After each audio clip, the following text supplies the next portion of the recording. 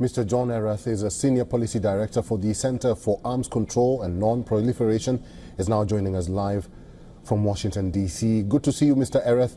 Do you think President Trump is using the Tomahawks as military or political tools to pull in President Putin?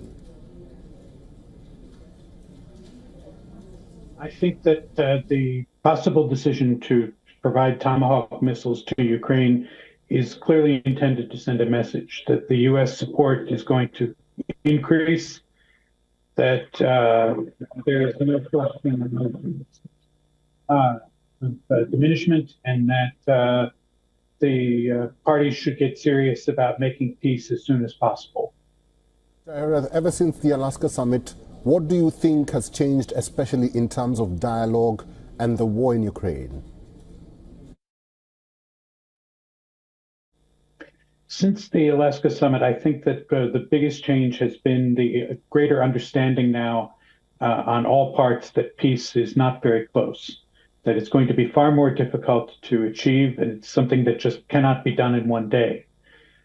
Both sides continue to see that they have more to lose by agreeing to peace at this point than by continuing to fight, and so they're going to continue to fight. Mr. Erath, the spat between Russia and Ukraine is in targeting energy and transport infrastructure, especially railways. Why do you think both nations are resorting to these tactics?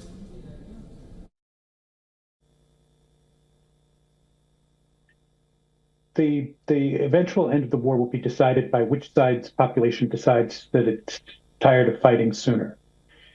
This is a way to send messages to the civilian populations that the war is affecting them, that it is making their quality of life significantly worse, and it's intended to bring about that situation where one side or the other decides that it has had enough and wants to stop fighting and puts pressure on the government to do so.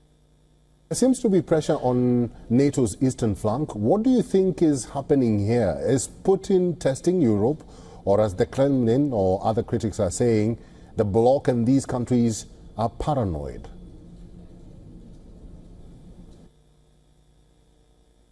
I think that the people in those countries have every expectation that they should be paranoid. They are on the front lines of a major conflict, and at several points the conflict has spilled over into their airspace and in some cases their territory. So they should be very concerned about this. But I think the incursions into NATO airspace are to send a message that the war could expand. This is something that nobody wants. And it's to get the people in those countries to put pressures on their government not to continue to support Ukraine. All right, Mr. John Erath, it's good to see you. We'll have to leave it there. Thank you for talking to us today.